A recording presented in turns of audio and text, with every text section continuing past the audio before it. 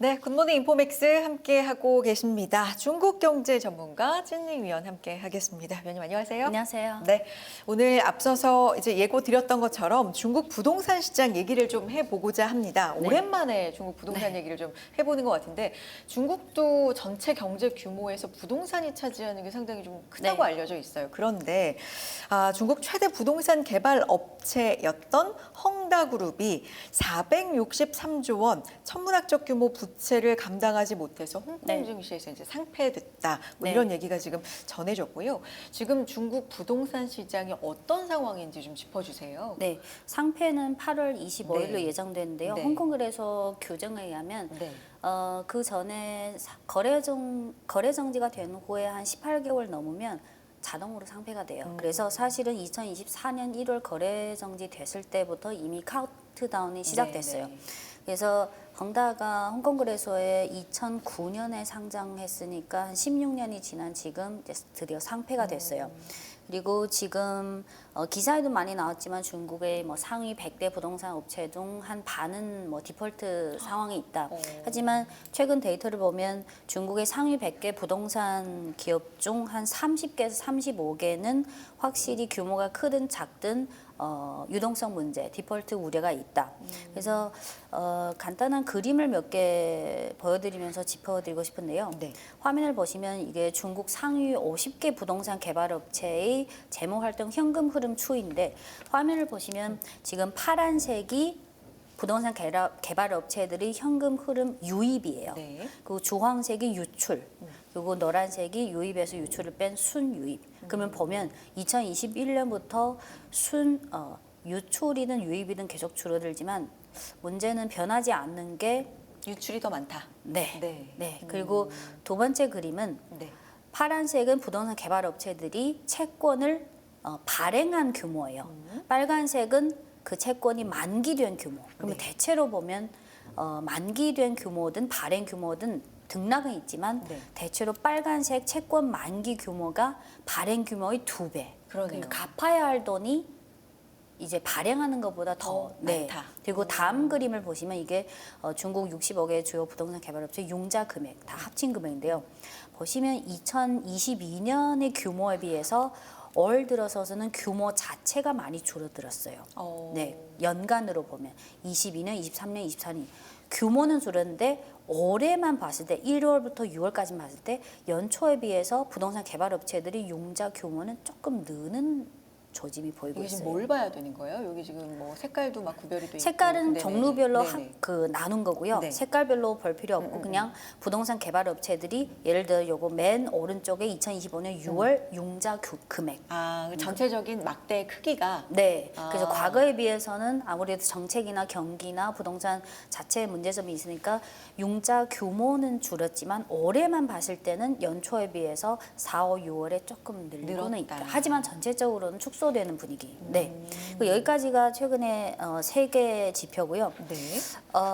헝다가 가장 그 100대 기업에서 한때 2020년 그 당시 최고봉에 이르렀으니까 가장 상징적인 전형적인 사례지만 올해 들어서서 또 디폴트 2건이 발생하는데 가장 최근 사례로는 5월 달에 신세계 발전이라는 부동산 개발 업체에서 4건의 달러 채권 배당을 연기할 수밖에 없다. 그리고 가장 최근은 6월 중순인데 6월 중순에 깡롱 중국 깡롱이라는 부동산 개발 업체가 이자를 예를 들어서 몇 월 며칠까지 지급해야 되는데 이자 지급을 연기할 것 같다.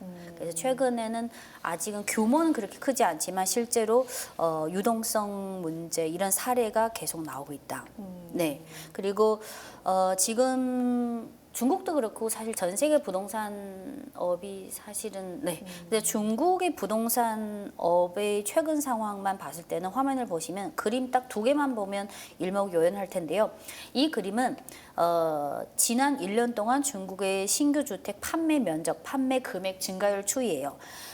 노란색이 신규 주택 판매 면적 증가율 전년 동기 대비, 파란색이 판매 금액 전년 동기 대비 증가율. 네. 그러면 대체로 아직은 마이너스 증가율. 그리고 연초에 비해서 뭐 아직은 뭐 그렇지. 올라오지만 좀 네. 아직은 네, 마이너스다. 마이너스 폭이 이게 둔화 폭이 네. 작년에 비해서는 축소되지만 아직은 마이너스. 그리고 마지막 다음 그림은 부동산 판매 면적, 판매 금액도 중요하지만 제대로 돌아가려면 계속 투자가 계속 원활하게 진행되는데 이 그림은 지난 1년 동안 월별 중국 부동산 개발업체들이 투자 증가율. 그러면 오히려 아까 그 판매 증가율은 둔화 폭이 축소되고 있지만 투자 증가율은 둔화 폭이 오히려 올 들어 확대되고 있는 분위기. 그래서 헝다 뭐 드디어 결국은 상폐됐지만 사실 중국에서는 헝다 상폐든 뭐 청산이든 자업자득이라는 표현을 많이 쓰거든요. 그래서 지금 네. 최근 1년 동안 데이터를 보든 또는 아까 그 현금 흐름이나 네. 디폴트 그런 막대 그래프를 보든 지난 몇 년 동안뿐만 아니라 올해 들어서도 중국 부동산 둔화 문제는 아직 해결되지 않았다. 네. 2020년 이전만 하더라도 헝다가 이제 중국 최대 민영 부동산 개발사로 네. 꼽혔고 어떻게 보면 부동산을 좀 어렵게 한 원흉으로 그래서 그 이후에 이제 네. 꼽히기도 하고 뇌관이라는 표현도 이제 쓰이기도 하고 네. 그러니까 이게 잘못되면 중국 경제가 이제 연달아서 굉장히 네. 어려워질 것 같은 어떤 위기감을 네. 몇 년 전에 이제 헝다 사태라는 이름으로 우리가 굉장히 많이 네. 얘기를 했었는데 요거 이제 상패 얘기가 들리고 나서의 반응은 그러면은 어떤지도 좀 궁금한데. 왜냐하면 네. 앞서 말씀드렸듯이 홍콩거래소 규정이 거래 정지되고 18개월 지나면 사실 자동으로 절차에 따라 상폐되는 거라서 그럼 새로운 소식이 네. 아니다. 그래서 이미 2024년 1월부터 이 상폐라는 카운트다운은 이미 시작됐어요. 이미, 네. 근데 헝다 건이 워낙 규모가 크고 디폴트 그 규모도 크고 이 기업이 지난 몇십 년 동안 중국 부동산 업계뿐만 아니라 경제에 대한 그런 중요도 그렇죠. 그래서 8월 25일 상폐된다는 기자가 나왔을 때 뭔가 조회수가 높은 거지 사실은 이미 18개월 전부터 이미 네 수순을 밟고 있었어요. 그래서 시장 충격이 생각보다는 우리가 왜냐하면 헝다 하면 와 이거 어떻게 되는 거지? 뭐 좀 크게 네. 생각했었는데 그래서 생각보다 시장 반응이 네, 지난주에 중국 현지에서도 네. 물론 네. 포털이나 네. 그 경제 관련 기사 화면에 부동산 카테고리 안에서는 이게 많이 논의했지만 이미 2021년부터 헝다가 우선적으로 디폴트 건이 이미 하나하나씩 터지고 있어서 그렇군요. 이거는 그냥 네. 절차상 수순을 밟는 것. 네.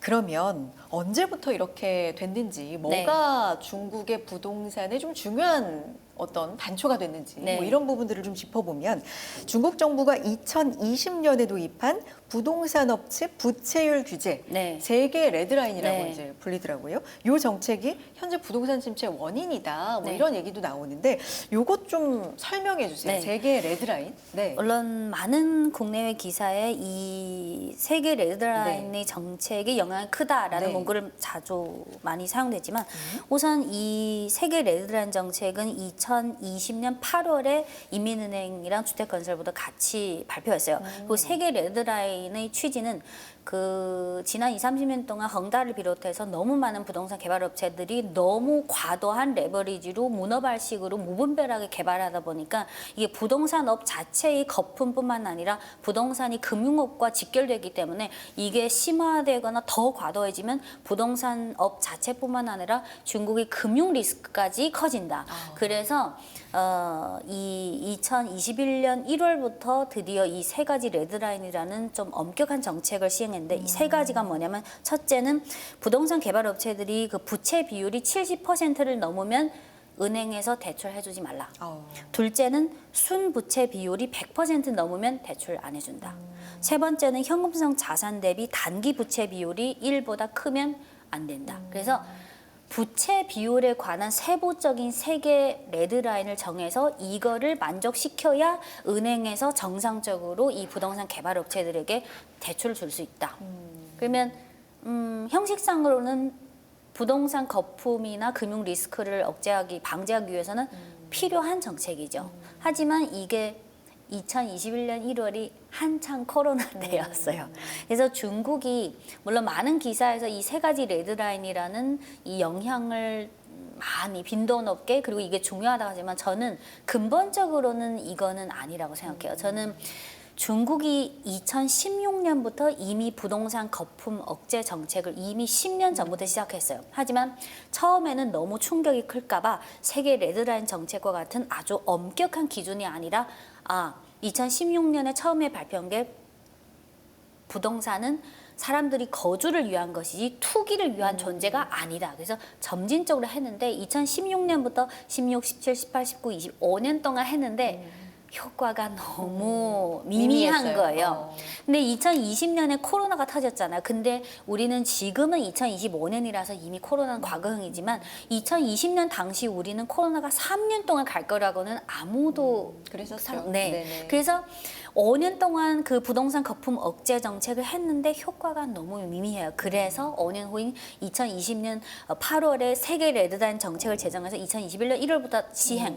근데 2021년부터 2022년, 특히 2022년에 중국의 여러 도시에서 봉쇄를 했어요. 그러면 사실상 결과적으로 코로나 3년 동안 부동산은 물론 인터넷에서 볼 수 있지만 사람들이 실제로 가서 보고 그렇죠. 그래야지 매매가 성립되는데 코로나 3년 동안 부동산업은 사실상 그냥 정체된 거는 마찬가지예요.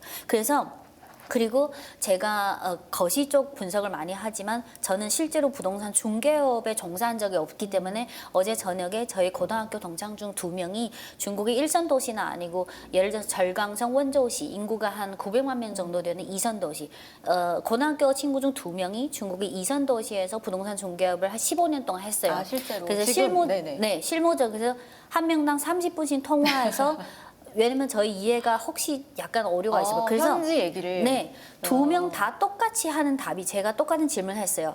2021년 1월부터 전면 시행하기 시작한 3가지 레드라인 정책이 지금의 이 부동산 둔화라는 상황의 가장 핵심적인 요인인지 영향을 둘 다 미쳤냐? 아니라고 말했어요. 아니래요? 둘 다 강조한 거는 한 서너 가지인데요. 물론 두 도시가 네네네. 다르니까 네. 그 둘이 그 실적이나 소득이 다른. 근데 다 강조한 거는 3가지 공통점인데 중국이 지금은 매년 정부가 제정한 GDP 성장률 목표치가 5%인데 2010년 내는 10%였어요. 근데 2010년 10%, 2012년 9%, 8%에서 2016년 코로나 전인 2019년에 이미 6%대로 떨어졌어요. 그러니까 이미 10년 전부터 경제 성장률은 조금씩 점진적으로 떨어지는 추세. 그러면 떨어지는 동시에 한국이나 일본은 이미 도시화율이 80%, 90%대인데 중국은 지금 작년 기준으로 도시화율이 한 69%에서 70%거든요. 그러면 사실 물론 아직 90%까지 가는 그 여지가 있지만 가장 고성장, 부동산이 견인하는 가장 고성장 시대는 사실상 지난 30년 동안 이미 끝이에요. 그래서 중국인들이 이렇게 표현하곤 하잖아요. 지난 20, 30년 동안 중국 경제의 견인 역할을 하는 여러 산업 중에 부동산의 사명은 이제 끝났다. 네, 이제 그래서 첫 번째는 이미 2010년 이후부터 10% 성장해서 이미 점진적으로 떨어지고 있고 그리고 두 번째는 도시화율이 2015년에는 도시화율이 50%인데 이미 지금은 70% 근접해서 점점 속도가 줄어드는 건 정상적인 현상. 그리고 세 번째는 부동산 그 투기 억제, 부동산 거품 억제 정책을 제가 말씀드렸다시피 2021년 1월부터 하기 시작한 3가지 레드라인 정책이 가장 강력하게 하지만 그 5년 전인 2016년부터 시작했어요. 그래서 이미 10년 전부터 그리고 중국이 주택건설부나 인민은행에서 이런 부동산 거품 억제 정책 발표했을 뿐만 아니라 중국이 당대회가 5년마다 19차 당대회가 2017년 그리고 20차 당대회가 2022년 부동산 거품 억제 그리고 주택은 거주하기 위해서이지 투기를 위한 존재가 아니라 이 문구는 19차 당대회 명시가 되어 있어요. 네, 그리고 20차 당대회 그러면 이거는 무슨 뜻이냐면 중간에 약간은 수요 조절이 있을 수 있지만 이거는 중국의 장기적인 부동산 산업에 대한 원칙이다. 네. 그리고 또 하나는 지금까지는 거시적인 전체적인 추세를 말씀드렸죠. 부동산업 자체가 헝다를 비롯해서 헝다가 2009년에 홍콩에 상장하고 나서 또 저희 고등학교 후배 한 명이 2018년 19년 대학 졸업하고 17년에 졸업하고 18년 19년 2년 동안 헝다 본사 안에 있는 부동산 부서가 아니라 부동산 업체도 금융 뭐 자산운용 그런 거 하잖아요. 헝다 본사 밑에 있는 자산운용사에 2년 동안 근무했어요. 네네. 근데 그 후에 이게 아닌가 싶다라는 느낌이 들어서 2년만 다녔는데 그럼에도 불구하고 그냥 그만두고 유학을 선택했어요. 근데 제가 물어봤어요. 아. 딱 2년만 그래도 그 당시는 헝다가 잘 나갔는데 2년만 다녔는데 왜 그만뒀냐? 누나, 내가 그 자산운용 팀에서 그냥 맨 밑바닥 직원으로 그 상사 따라 여러 도시 너무 이거는 좀 아닌 것 같아. 뭔가. 내가 봐도 너무 과도한 레버리지로 아. 너무 이거 문어발도 아니고 위험을 너무 느꼈다. 그래서 어. 나는 여기 계속 다니면 나 커리어에 안 좋을 것 같다. 그래서 그 후에 1년 후에 그게 디폴트가 터졌잖아요. 네, 그래서 제 주변에도 부동산 중개업뿐만 아니라 실제로 강다에 그렇군요. 네. 어. 그래서 이 네 번째 요인은 부동산업 자체가 대기업이든 중소기업이든 너무 10년 넘게 특히 2010년부터 20년 이 10년 동안 너무 과도한 레버리지를 통해서 문어발식이든 무분별한 확장을 한 게 이게 사실 그 원인이다. 여러 핵심. 그래서 네. 그거를 억제하기 위해서 어떤 부동산 자체의 리스크 그리고 그게 금융 리스크로 확산하는 걸 방지하기 위해서 네. 정부 차원에서는 어떤 조치를 취할 네. 수밖에 없어요. 하지만 그 조치를 취했는데 딱 코로나랑 겹친 거예요. 그러면 정부가 예상한 그 둔화폭보다 훨씬 둔화. 크게. 그래서 2022년 하반기부터 어쩔 수 없이 또 약간의 완화 또는 지원 정책으로 그 수요 조절을 하고 있을 수밖에 없어요. 그런 스토리가 네. 있군요. 그러면 부동산 집값이 네. 이제 부동산 가격 집값이 많이 떨어졌겠어요. 근데 이제 일부 네. 기사 보니까 그것도 지역별로 좀 차이가 네. 크고 일명 똘똘한 한 채 현상이 중국에도 있다. 뭐 이런 네. 얘기가 있던데 워낙에 이제 땅이 또 크고 하니까 네. 이게 다 다른가 봐요. 그러니까 일단 집값은 어때요? 많이 집값은 떨어졌어요? 물론 국토면积 크다 보니까 네. 그냥 전형적인 일선 도시 네. 북경 신규 주택 가격 평균 가격 평방미터당 한국 평이 아니라 평방미터당 원화로 1,240만 원. 북경 상해 1,290만 원. 그러니까 과거와 비교해서 이게 등락률이 현재 어떤 거예요? 가격. 네. 현재 가격. 근데 네. 등락 과거에 등은 비해서? 없죠. 낙폭만 낙폭이 떨어졌는데 기본적으로 한 이름 될 만한 도시는 한 최소 30% 40%. 제가 아까 말씀드린 그 절강성 원조시에서 부동산 중개업을 오래 한 친구도 2016년에 한창 집값 올라갈 때 그 아이가 이제 초등학교 입학하니까 학군이 좋은 데로 이사 갔는데 그때 300만 유안으로 대출까지 합쳐서 300만 유안으로 샀는데 2021년 고점 찍고 지금은 150만 유안으로 떨어졌어요. 제 친구가 갖고 있는 집값이. 그래서 지역마다 다르지만 평균적으로 2020년, 21년 고점 가격 대비 지금 사실 40~50% 심지어 더 떨어진 사례가 아주 많고요. 그래서 지금 현실적으로 물론 케이스 바이 케이스지만 현실적으로 젊은 층들이 결혼하고 20대, 30대 결혼하고 지금 어떤 상황이 하나하나씩 나오고 있냐면 예를 들어서 두 명이 원저우시던 다른 데서 뭐 300만 유안짜리 집을 샀다. 그러면 그 중에 예를 들어서 150만 유안을 대출을 반을 끼고 네. 근데 지금 그 300만 유안 집값이 지금 예를 들어서 140만 유안으로 떨어졌다. 대출은 150만 원 받았는데 그러면 현 시점에서 제가 140만 유안 가격으로 집을 팔아도 그 150만 유안 대출을 갚을 수가 없어요. 못 갚죠. 그러면 대출을 갚으려면 더 돈을 보태서 갚아야 돼요. 그렇죠. 근데 이 140만 년 집값이 더 추가로 떨어질 수 있어요. 그래서 지금 이런 사례들이 몇 년 전에 고점 또는 고점 직전 때 집을 산 젊은 층들이 아주 큰 고민. 네. 우리도 그러니까 한국도 가계부채의 상당 부분이 이제 부동산이고 네. 빚도 많고 주담대 이런 거 상당히 좀 예민하게 가계 네. 경제에 뭐 이렇게 미치고 있는데 네. 중국은 어느 정도 규모예요? 가계 경제에도 큰 영향이 있나요? 네, 물론 뭐 가격은 좀 네, 다르겠지만 네. 어느 나라나 다 사실 그래요?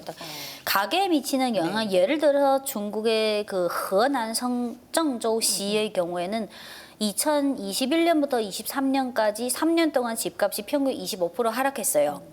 그러면 그 현지에서 100평방미터 주택 소유자의 경우 부동산 가치가 50만 yuan에서 100만 yuan, 원화로 하면 9,500만 원에서 2억 정도까지 그 자기가 갖고 있는 집값이 떨어진 거예요. 그러면 집값이 떨어지면 당연히 정상적인 소비 지출도 그러게요. 줄일 수밖에 없고, 그리고 소비 욕구가 떨어지면 그 현지의 GDP 성장률이 떨어지고. 근데 이거는 중국이든 한국이든 똑같고요. 근데 또 우리가 부동산 둔화라는 이 부정적인 이 단기 내로 해결할 수 없는, 하지만 또 어쩔 수 없이 진통을 겪을 수밖에 없는 부동산 이슈 자체만 다루면 사실상 10건 중에 9건은 아마 부정적인 숫자일 수밖에 없는데, 또 초장기적으로 생각하면 또 다른 시각에서 생각해 볼 수 있어요. 한국 같은 경우 예를 들어서 부동산은 그렇지만 한국의 지금 가장 큰 고민은 경제 발전, 국가 발전. 미국이나 중국이 이미 선두를 달리고 있는 AI든 로봇이든 어떤 돌파구를 찾을 수 있는 산업에서 뒤떨어져 있다는 거잖아요. 근데 중국이 부동산만 볼 게 아니라 전체 국가 발전이나 경제 구조의 전환을 고려하면 2020년부터 25년까지 딱 25년 지났는데, 숫자만 간단히 들면 2000년에 중국의 GDP에서 부동산 개발업이 차지하는 비중은 4.8%였어요. 근데 지금 2025년 상반기 기준 이 비중은 5.5%에서 6%예요. 하지만 물론 확대되죠. 하지만 중국의 전체 GDP에서 첨단 산업, 하이테크 산업이 차지하는 비중은 2000년의 3.4%에서 올해 상반기 기준 19%에서 20%까지 올라왔어요. 비중이 완전히 좀 달라진다. 네. 그래서 성장률도 다르고요. 근데 지금 하이테크 산업이 성장이 이렇게 고성장인데 부동산 둔화가 미치는 부정적 영향이 왜 하이테크 산업의 고성장이 미치는 긍정적 영향을 커버할 수 없냐. 자세히 데이터를 보면 중국의 경우에요. 나라마다 다를 수 있는데 부동산 만약 1yuan을 생산했을 때 창출할 수 있는 GDP 경제 가치는 한 1.7yuan이야. 하지만 하이테크 산업은 1yuan을 투입했을 때 창출하는 가치는 1.3yuan이야. 그리고 일자리 창출 효과를 봤을 때는 부동산이 요만큼 발전했을 때 일자리 창출이 예를 들어서 1,500만 명이라면 똑같이 하이테크가 그만큼 발전했을 때 500만 명이에요. 네네. 그래서 아직은 지난 10년 동안 부동산 거품 억제 정책 그리고 코로나를 겪으면서 10년 지났는데 아직은 부동산 거품 억제 정책이라는 큰 원칙은 변화가 없지만 지금 상황이 상황인지라 약간의 대출 완화라든지 금리 인하 여러 가지 부동산 개발 업체의 자금 지원 여러 가지 수요 조절의 지원은 계속될 수밖에 없어요. 네. 알겠습니다. 시간이 허락하는 한 다음 시간에도 그렇고 뭔가 언제 다음 기회에 또 이 부분 좀 추가로 들어볼 부분이 있을 것 같고요. 신산업 얘기를 하면서 좀 밝은 면을 보다가 부동산이나 거시경제 얘기할 때는 좀 분위기가 네. 달라지는 뭐 이런 것도 좀 중국에서 주목할 만한 부분인 것 같아요. 추가로 다음에 또 얘기 들어보겠습니다. 중국경제 전문가 찐닝 위원 함께했습니다. 고맙습니다.